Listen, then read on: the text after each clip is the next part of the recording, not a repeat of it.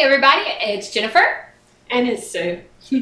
Welcome to 7 Bites. Today we're going to show you how to survive your first 3 months after surgery. We're not going to have Yuck-in-a-Cup. We're going to talk about how to make everything in your liquid diet, your soft food diet, how to make them taste good, how to make it something that you look forward to rather than dread. And how you can, survive the transition between liquid diet to soft foods onto solids. So that when it comes time for you to eat solid food, that you don't go rushing back to the liquids and say, I can't eat anything but liquids. And like one story we were told, a lady had lost over 300 pounds and went back to eating ice cream because it was easier on her stomach. So we don't want that to happen to anybody. We want to help people make it through the transition and learn that this diet is not a diet. It is a living program. It's not even a lifestyle change. It is a total physiological change, and your thinking has to change with it. You can't just have a surgery and expect it to work. That's right. One of the most important things to remember is protein first. First and foremost, that's what all the doctors are going to tell you. Even a psychologist is going to tell you that. Protein first.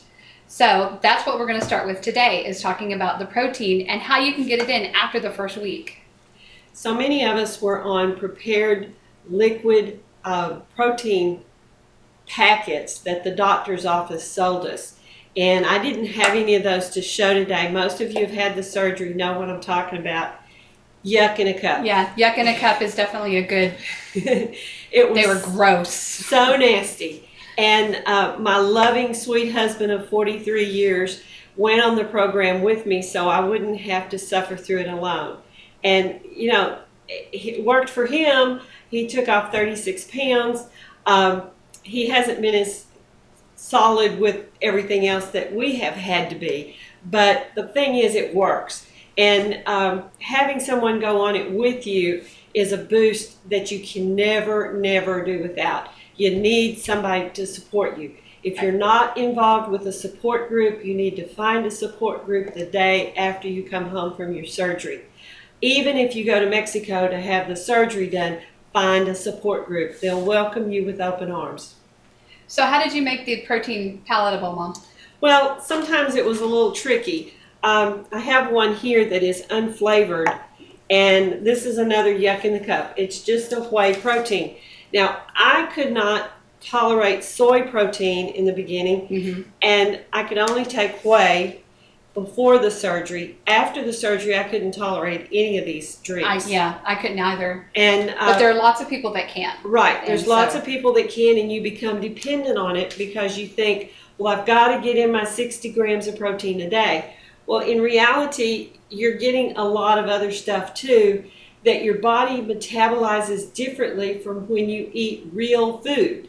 So it's something to think about. If you're 6 months or more out and you're still drinking a liquid protein drink every day, maybe you need to reevaluate and look, because we're finding that it's better if we eat solid protein.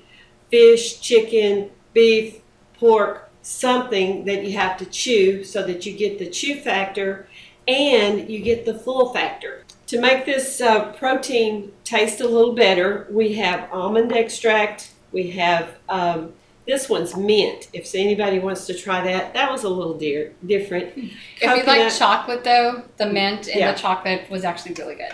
This is imitation rum. That worked pretty good. And the lemon extract. We also used these flavoring syrups. This one is caramel. Or caramel, as some people say, vanilla, caramel, and this one is chocolate. Now, if you take a little chocolate and you put a little mint in there, absolutely wonderful. I also have vanilla extract as well. Yeah, vanilla is always handy. So some people, though, when you mix up the shakes, a lot of times people will use milk or water, but a lot of people can't tolerate dairy after surgery, and the water kind of makes them taste a little yucky. So there are other options as well to what you can mix things up with. One of them is coconut milk, which is kind of off the wall. Almond milk is another option. I couldn't tolerate soy, but soy milk is another option. Rice milk. There's, you know, There are tons of options for what you can use besides dairy. also these condensed canned soups. You can add the soy, the coconut, whatever, to a cream soup. Give it a little flavor. Yeah, you can also add some unflavored protein to that as well if you need a protein boost. I didn't like it very much. I couldn't tolerate it, but there's a lot of people that can. And so give it a try and see if it works for you, and that'll give you a little bit more protein. And also learn to read labels. Every label has all the information you need on the total carbs and the total protein.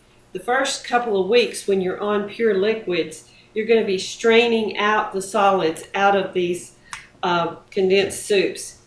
Or you can puree them. And if you choose to puree them, they taste a little bit better.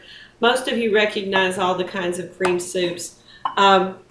Whereas this one is one of my favorites because I've used it. We're knocking stuff over, having a good time over here.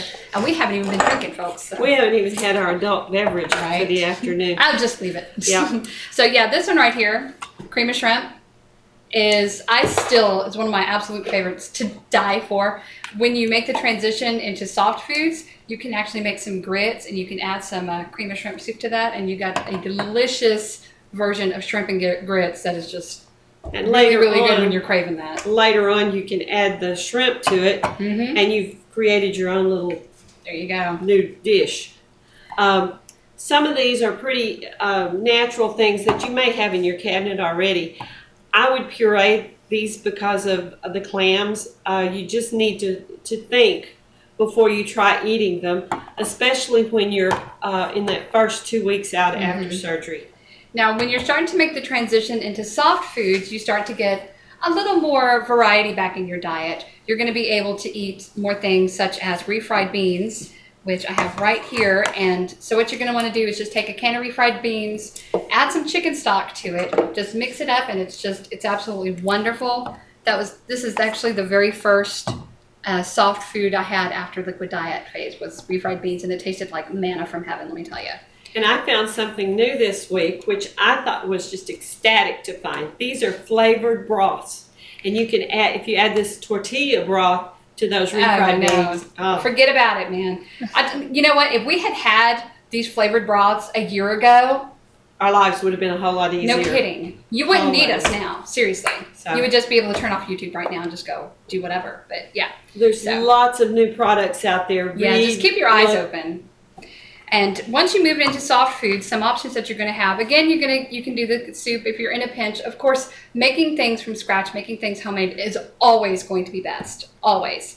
But when you're in a pinch or you just don't have a whole lot of time, you can do these condensed soups. This one is another favorite of mine. We had bean with bacon, split pea, whatever you like. Beans are another really good one when you're in soft foods. They're really high in protein and fiber. And so they're great. Again, homemade is best. In a pinch, use canned. Just give them a rinse after you drain them, and they're good. Meats are another really essential product because you've got to get that protein in. Protein is first and foremost the most important thing you can get in. And so some of the things that I personally used, and I know other people do, and this again is soft foods. This is not full solids yet, and this is not liquids. So you're going to be in that in-between stage. So we had sardines, which are really good. They're really mushy. They're really great and mushy and really soft and palatable. They do have bones, though, that they're edible, but you want to pick those out because they're not awesome. Potted meat, yeah, I know. Now it's probably a big no-no, but you know what? When you're on soft foods and you can't eat a whole lot of other things, this is a great product for that. And, of course, tuna and chicken, always, keep them in your pantry. Keep them in your pantry.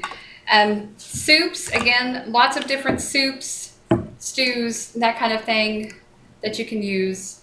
There again, look at the protein on those. Always check the protein. If you see right here on the back of the can, you have your nutrition label, and that's going to give you all the information from calorie count to protein count to sodium count. And, even read for the ingredient count because, there may be something in there that you don't necessarily need or want. So, and then once you start making the transition more into full solids, some of the first few foods that you're going to want to eat, or that you can eat is protein bars. Again, these are not a lifelong thing. It's only going to be for, a few weeks as your body adjusts to having solid foods again. So protein bars are great for that. And there's lots of different brands that you can try. There's lots of different flavor varieties. So yeah, so just, go out there and just research. Always, you can make your own soups for the family, puree them for yourself. Yeah, exactly. Have flavors that you want. We made a lot of chili. We made a lot of soups. A lot of things like that. And, we'll have some recipes in the future of those. We'll do some demos for you guys that you guys can see some of that as well. Something else to talk about is when you're doing your broths and your soups, if you get really bored, try using some great herbs and spices. Herbs and seasoning spices blends are awesome. Fresh is best, but you know what? You can also pick up some great seasoning blends right there on the herb aisle in your grocery store. And some of them even come with these grinders that you can grind them up. You can use them in cooked foods or in uncooked foods. And you'd be surprised what you already have in your cabinet that you can use right now. It makes a good point. Before you have the surgery, to go clean out your cabinet of everything that is high carb anyway, because you're not going to be eating it. And while you're there, check and see what herbs and spices you have that you can add to your broth. Because anytime you can flavor a broth and make it not yuck-in-a-cup, you'll be happy, your tummy will be happy, your family will be happy. Because you'll feel full and you won't be craving something. Yeah. And not knowing what it is. Speaking of craving something, once you get to a soft food, you can have some pudding in a cup, and it's really delicious. And we have some ideas for pudding too, because there are sugar-free toppings that you can put. And if you're doing high protein, you can actually have whipped cream on top of this stuff, so that you have the protein from the whipped cream. And don't forget your flavoring extracts and your flavoring syrups as well that you can toss in there just to add a little variety and make it different. So it helps to stop, think, go to your food store and go through the aisles and find where they keep the sugar-free products, the gluten-free products, all the different kinds of milks and things. Find where those are so that when you are in a hurry, you go directly to those aisles and you don't worry about all the stuff in between. That's right. One of the first things you need to do is clean out your cabinet. Get all the carbs and nasty stuff out of your cabinet. You need to do it once a year anyway. And while you're thinking, I'm going to have a surgery, I need to do this, this, and this. And you need to be looking to get all sugar-free, because your body is going to have a problem with sugar. Yeah, you're going to reject sugar big time. And you might as well be prepared for it. So take everything out. Just get rid of the sugar, the flour, anything that you're not going to be baking for at least 6 weeks. So, cut yourself some slack and get it out of the house. One of the things I recommend is that you find yourself a personal blender. We call these the personal blenders because I take them on the plane with me where I go visit grandkids. I take them on every trip, carry it to work, whatever. It makes a perfect amount, and there's a smaller bowl. They have a smaller bowl that you can do your small one right there. You're going to only want to prepare about a cup of anything, and probably a meal is going to be a half cup. So this is a wonderful, wonderful product to have. And they're great because, and any of this stuff on any stage, if you're on liquid stage, you can take some sardines and throw them in the blender. Away we go. It doesn't taste very good, but you can do it. It's possible. It's Yuck-in-a-Cup. I wouldn't recommend it. But if you're doing protein drinks, whether they're the package that comes from the doctor's office or whether you're using a protein product, it makes it smoother where it doesn't have that grainy taste to it. And it also kind of gives it a milkshakey kind of a texture as well. If you add ice to it, it'll make it a milkshake. Something else you're going to want to invest in is going to be some smaller utensils like these. I used a lot of baby spoons and baby forks that you can get. These actually came from a bigger store, and these are more fancy seafood spoon and seafood fork. But these are a great investment because it teaches you to take those smaller bites one at a time. And these little dishes like this are also awesome to have because they're just tiny little portions. And you can have one of these, and if you're still hungry afterwards, you can go and get some more. And it teaches your body not to overeat, because if you overeat, it's going to be bad news. one of the things is that psychologically we think we're supposed to have a huge portion, and we take big bites because it's a comfort thing. And I see it with my grandkids even today. They'll take a big bite of ice cream or a big bite of mashed potatoes, and I think, I got to break them. I got to break them now while they're young enough, because if you are eating out of a small bowl, if the bowl is full, you think, I can eat a whole bowl of something. But if the bowl is a big bowl and it's got a small amount in it, then your brain's going, I need more, I need more. And so start training your brain from day one. And let's face it, in our Americanized fast food philosophy that we've got here in the United States, it's, this is not enough. And to be honest, you look at all of this and say, is that can of food going to be enough for me? Well, yeah, it's going to be more than enough for you. And that's a mindset that, I still, even today, I'm still struggling with and working on.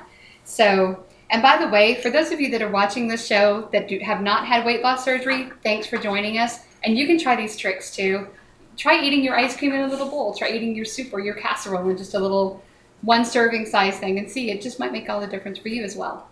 Anything that will cut the portion down and make your mind think, I'm full. Even the melon baller or a small ice cream scoop, 2 scoops of that, you're having 2 scoops. You're not having 2 huge scoops. So you have to start training yourself just like you were a little kid. Plus, I had hiatal hernia surgery along with my sleeve, so I had to retrain my esophagus to work. What we are talking about here today affects people who've had hiatal hernia surgery, other kinds of gastric surgeries where they're having to retrain their whole gastric tract. And so it's not just people who've had bariatric surgery that need these tips. So, you can pass that on to your friends who've said, well, I had surgery and they didn't tell me anything. Well, here you go. We're going to try. That's what we're here for. The whole purpose is for us to educate and to help people, because in all honesty, when we got started, after our surgeries, we didn't have this information. We didn't know about any of these things. All of this was trial and error for us. So if we can help anybody out there that, doesn't have to suffer and doesn't have to go through what we went through, that's what we're here for. And I encourage you, once again, to be sure you find a support group, whether it's online, whether it's at a local hospital, or whether you and 2 or 3 of your friends who've had surgery or contemplating surgery get together and talk about it every week. You need the support. We've been lucky because we were together and doing it together, and we could support each other. Mm-hmm. The closest support group for us is about 80 miles away, and we were going once a week. Some of the women were going on a daily basis, just like you would go to AA, because they were addicted so badly to food. Mm-hmm. And it's something that we recognize, and we hope that others recognize it. And by recognizing it and saying, hey, we can change it, with not just because of the surgery, but we can change it, our way of thinking about food.